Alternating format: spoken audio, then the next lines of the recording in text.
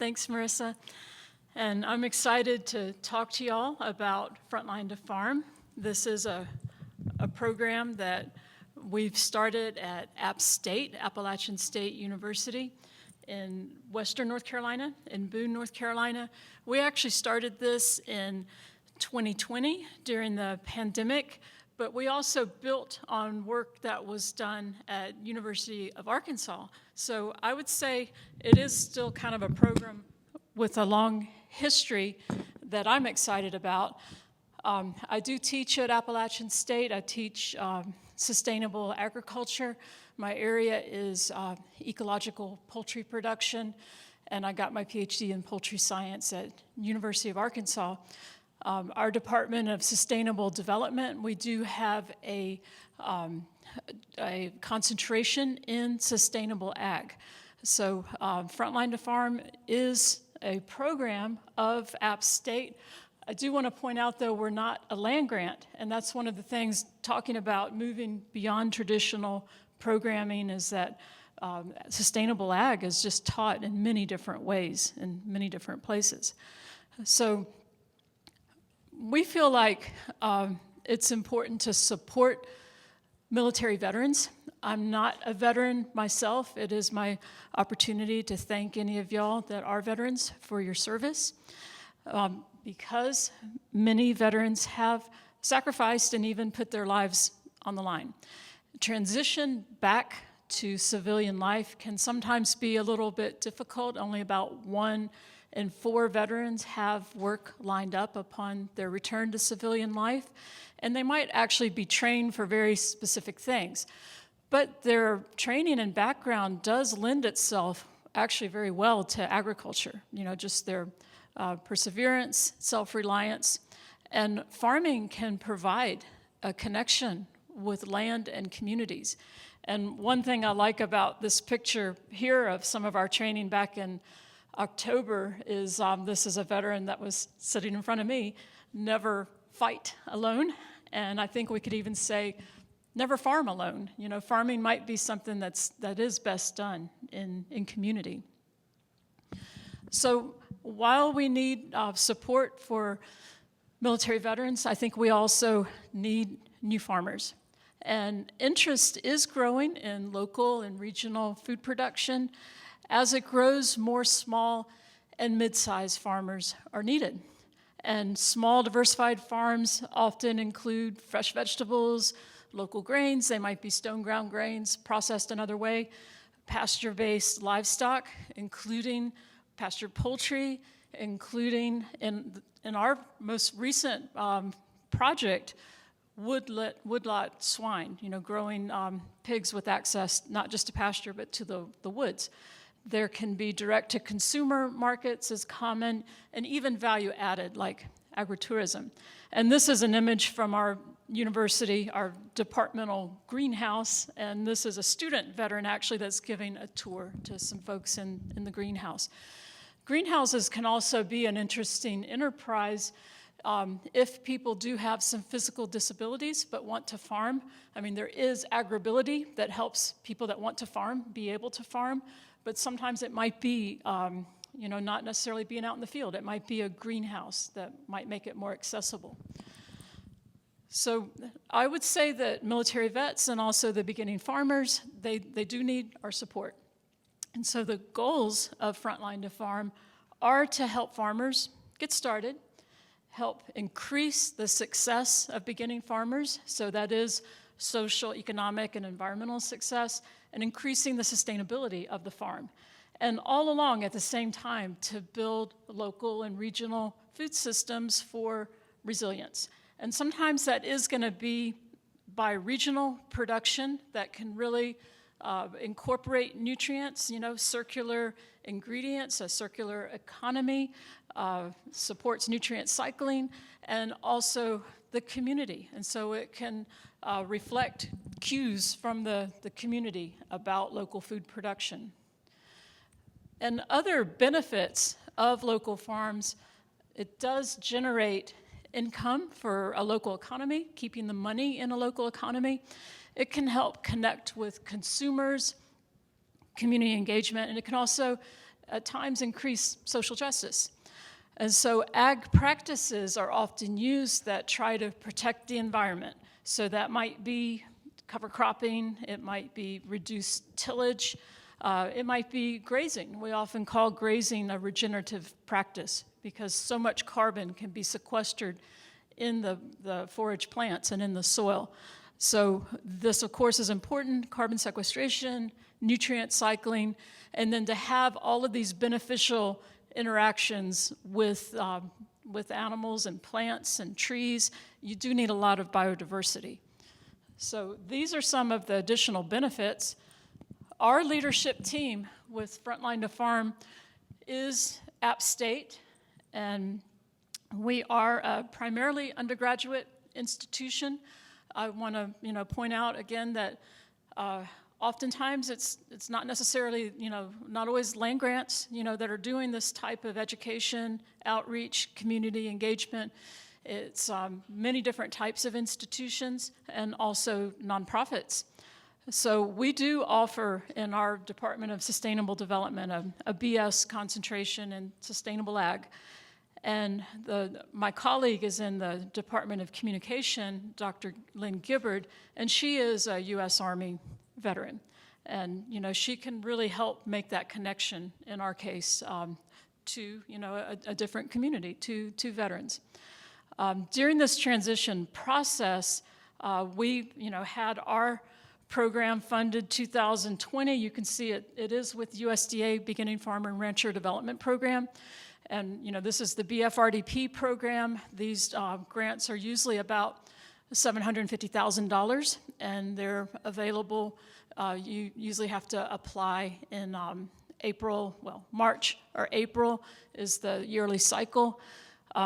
They are competitive, but I think they're wonderful opportunities to do innovative programming. So our transition has actually been from University of Arkansas in the Poultry Science Department with a small farms approach, Sarah Bramwell, and also Dan Donahue and Annie Donahue with USDA ARS in Arkansas. They worked in this area. They discovered a need, 14 years ago in 2010, and they've been addressing this high need along with the nonprofit, the National Center for Appropriate Technology. And what we did during this time is really expanded to North Carolina, and we expanded this regional focus in the Southeast, but we also do have a national focus with our work. And then we localized some of the training. So I feel like it's given us the opportunity to transition this program to something new. And these are our objectives for beginning farmer training. What we try to do is a multi-layered approach. So we're looking at how we can do outreach nationally, how we can then start increasingly customizing and making it more intensive to regional, and then finally down to the community level. So this is a way that we do not just outreach, but we do, what we feel like is probably community engagement and some amount of community development. So it is increasingly intensive and customized, and then we're using our website and module development for our national approach. You can reach lots of people with electronic materials. And then we take it to regional with our sustainable ag conferences and networking. We provide scholarships to people all over the Southeast to attend conferences. And then we really take it to the community level, which is an intensive hands-on sustainable farm training, internships and workshops, and then to the level of consulting. So that ends up being a peer-to-peer type consulting. We've just been so impressed by farmers training farmers. Y'all might be familiar with the farmer-to-farmer type of training, but in this case, it's really just amazing to us what farmers can do, what they can teach each other, especially in the veteran community. So the methods that we use are our website, and this is frontlinetofarm.appstate.edu, if you'd like to look at the website. And this is an image directly from our website. This shows some of the modules that we've been working with. And our current project focus is on woodlot swine. There have been project focuses in the past on pasture poultry with BFRDP, especially this program from Arkansas. And also beefing up was one fairly recently. This current project is meant to focus on a production focus with swine, but we also do look at the level of land access. So that's the first module that's listed is land access for beginning farmers. And then some of the health issues. We feel like health is a thread that goes throughout all of the work, health of the soil, health of the animals, health of the planet. And so we do have a strong focus on grazing animals and actually finishing animals on pasture. The conferences that are available, even just in Western North Carolina, there is a lot of conferences available. The Carolina Farm Stewardship that's held, this usually attracts about 1,000 to 2,000 people. In Durham is where it's typically held. For folks with interest in poultry, of course, the American Pasture Poultry Producers Association is always held about the same time that the IPE is held in Atlanta. So it's, I think some of these folks are also interested in coming to Atlanta. The ASAP is the business of farming. It's important, I think, to teach farm production topics, but also if you're doing this as a business, how to be an entrepreneur. Organic Grower School is held in North Carolina. The Carolina Meat Conference is held every 2 years, and this is a pretty exciting conference in North Carolina. There's New England Meat Conference has also been modeled on this, and some other meat conferences. And this one's going to be held in Boone next week. I can't believe we're going to have this incredible meat conference. I'm looking forward to eating next week. Georgia Organics, the Center for Environmental Farming Systems, the Small Farm Day outreach program is held every July. It's pretty hot down there in Goldsboro when they hold this. And then North Carolina Agritourism Networking Association, and of course the Farmer Veteran Coalition, which is a national meeting, and it meets every October. I think it's going to be held in Kansas City this year. So we provide $250 scholarships for veterans to go to these. And then one that I think is really exciting is the University of Missouri, not far away, the Agroforestry Academy. And when you start looking at agroforestry, you're really looking at a perennial type of agriculture. It's not just annual cropping. It often is going to include animals. And this type of perennial provides a lot more resilience, actually, ecologically. So it's like 35 hours of online training, usually in May. And then if you do that, then you get to come to the 3-day field experience in June. And when you do your farm plan, they do give you a certificate of completion.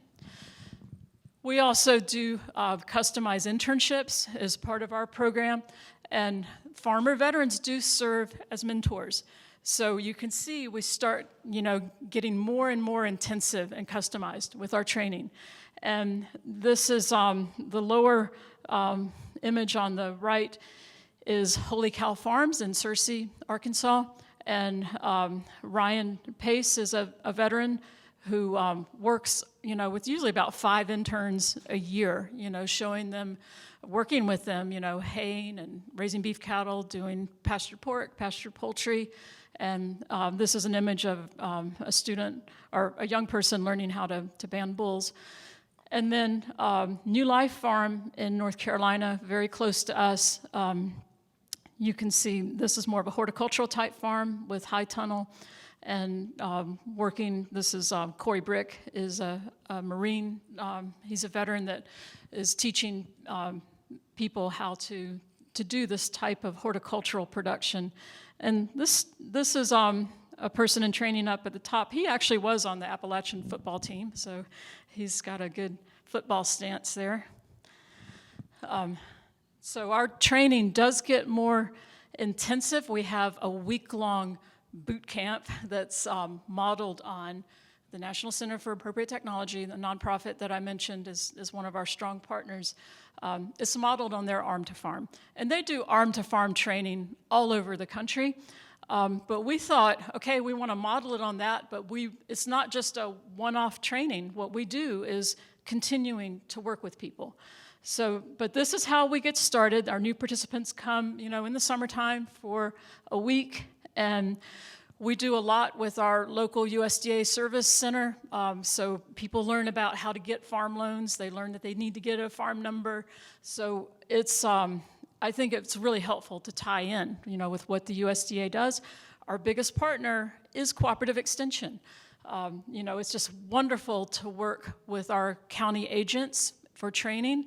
And I realized 2 years ago, one person that we were working with, Eddie Labus with Cooperative Extension, I'm thinking, he is such a good farmer veteran trainer, and he is a Marine. And so it was just interesting to learn the connections that they make. And then, like I say, we just have really incredible county extension where I live. So it's just been great to work with them. So we have classroom, in the morning. One topic that's very exciting for people is Rusty Romley from University of Arkansas, the National Ag Law Center, talks a lot about legal risk, how to set up your farm and avoid being sued. And people really appreciate, hearing that talk.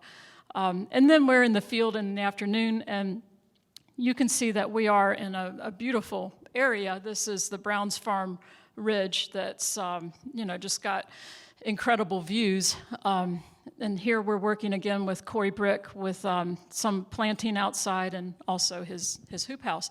So I think our farmers really, enjoy this type of boot camp. And then we added in 2023, we added a 3-day alumni training. And this is to bring people back. And they've already met with these farmer mentors who become consultants to them. And so it really ends up being kind of relationship-based learning. And, I think it can be effective learning. It's, peer-to-peer consulting. Some of the folks that we work with just have a lot of experience in agritourism, for example. This is Lee Rankin is showing a little mohair goat to Tim. He's a flower farmer from Charlotte, and he was really, he's a veteran, really interested in learning about agritourism. This is a bee farm that's close by, and these other images show some of the consultants working one-on-one with the veterans. They're invited to bring their farm partners or spouses by the time we do the 3-day. So our local partners, this is really what allows us to have, what I call roots in the community, and does allow a certain amount of community development. Where we live, it happens to be a great site for localized farmer training because of the university. Again, we're not a land grant. We don't have, we're not part of Cooperative Extension, but our county agents that work with us are wonderful. We work with nonprofits like Blue Ridge Women in Agriculture. This is another underserved group, women in agriculture. One-day workshops. So you can see an image up top of the echinacea. Someone's teaching farmers about using echinacea for medicinals. Down on the lower right, Joe is a veteran, and he's teaching people about ginseng. And he really has to protect his ginseng. Apparently, it's a very high-value crop. And then information on permaculture in the other image. So we also do local outreach. We're a farming community, and we help at Farm City Banquet and a number of other local things.